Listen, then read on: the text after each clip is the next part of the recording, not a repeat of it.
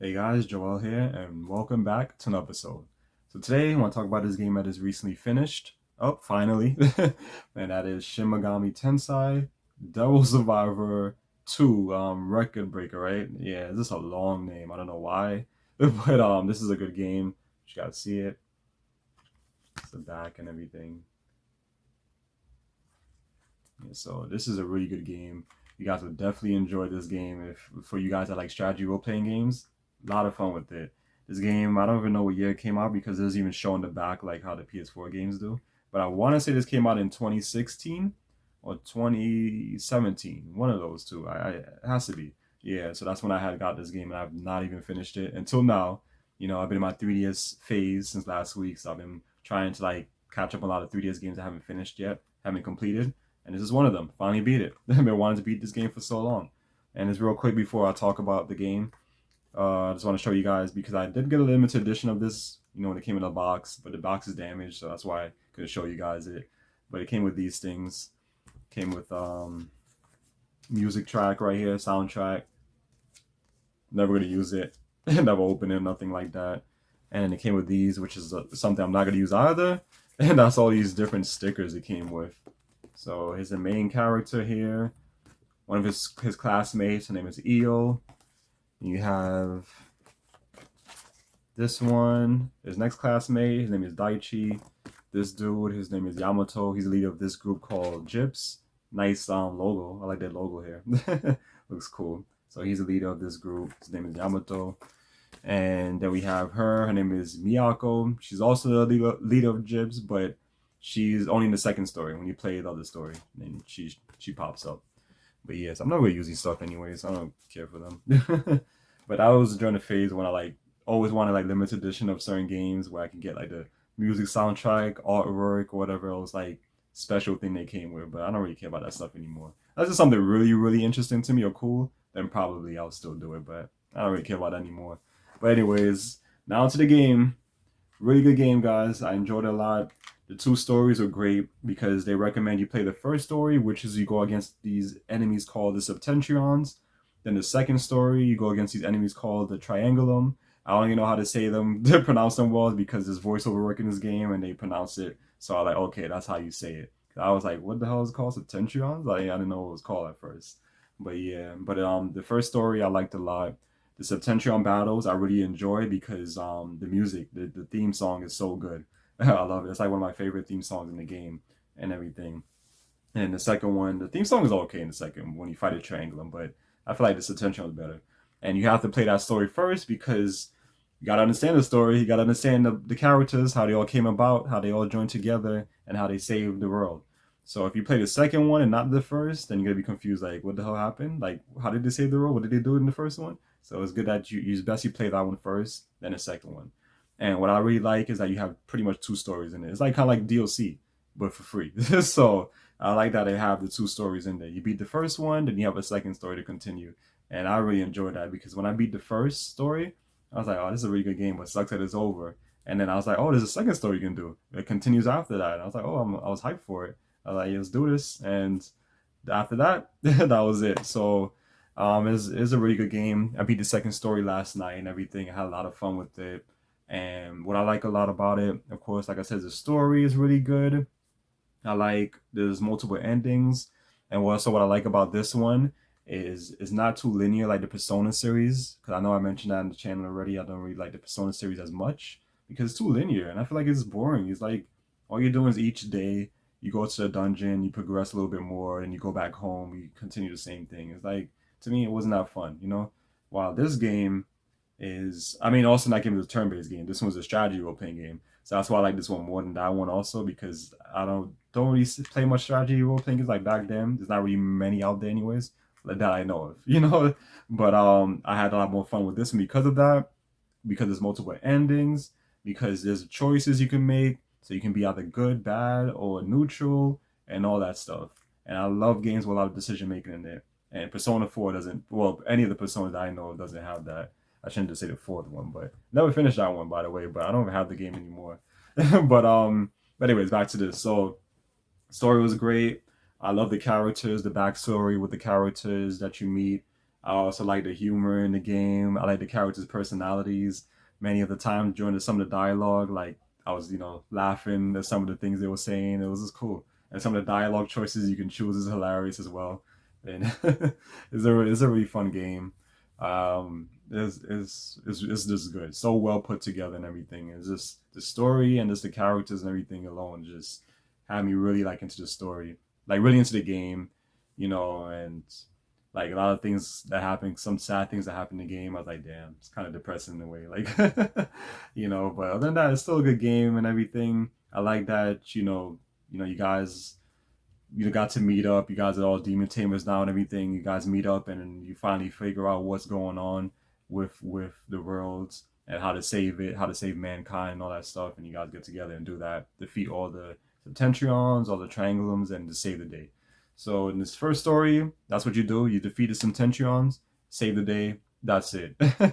Based on your decision, you get many different endings. Second one, you have to do it again because for some reason, now the Triangulum came and now they want to do the same thing as the Septentrion. So you got to pretty much just do that over. And then when you beat the ending, when you beat the second one for the ending, you can either choose. I shouldn't really spoil it, so I'm not gonna say it. But for those guys that still want to play it, so just forget about that. But anyways, it's really good both stories, and you guys will really enjoy it. The music, like I said, is good. I'm trying to see if there's anything else I missed out. I like the fate system. There's a fate system in there, so you can get the highest up to level 5 with each member of your group. You get them to level 5. If you get them to level 5, you can unlock different like demons exclusive to those members that you got to level 5, and you can now fuse those those monsters on your team. And also while you're progressing up there, when you get to level 2, you can like have them use this skill called Joint Crack, I think it's called, where like in battles or any battle, you can like highlight certain enemies, like target whatever enemy you want to learn certain moves that they have that you can learn yourself. And if you have let's say you have your main character that you want to learn some move from this enemy. If you have another person in your team that's level 2, they can defeat that enemy for you and still learn the move. You can still learn the move for that character and for the next one. So that's what I like a lot. And it's a really interesting game and all that stuff. Like it's just really fun. The fate system is really cool. I did a lot for most of them. I got them up to level 5. Not all, but a lot of them I got to level 5. The new game plus is really good because you get a lot of points from depending on what you did in the game. Like how many people you got to level 5 in the fate system, you get points for. If you beat the game on like the other difficulty, you get points for that. The different ending, you got points for that. If you beat the game and like didn't do certain things, you get points for that. So yeah, so when you get those points, you can also like use it before you start a new game plus. You can use it to like get, let's say you want to carry over a demon, or you want to carry over four of them or 5 of them or whatever. And you can use those. You can use them in the next story. When you continue the game over, when you do a new game plus, because now you have these level 50 or 60 enemies just breezing through, like breezing through the game, which is what I'm doing right now. I have like a lot of level 60 monsters that I have carried over, and I'm like just rushing through the game, just to try and get that last story. That last ending, and that's it. There's like so many things you can do. You can carry over your money, carry over your skills, a lot of different things you can do with those points that you for certain challenges you complete. I should have said like that. But but it's a really good game. Enjoyed it.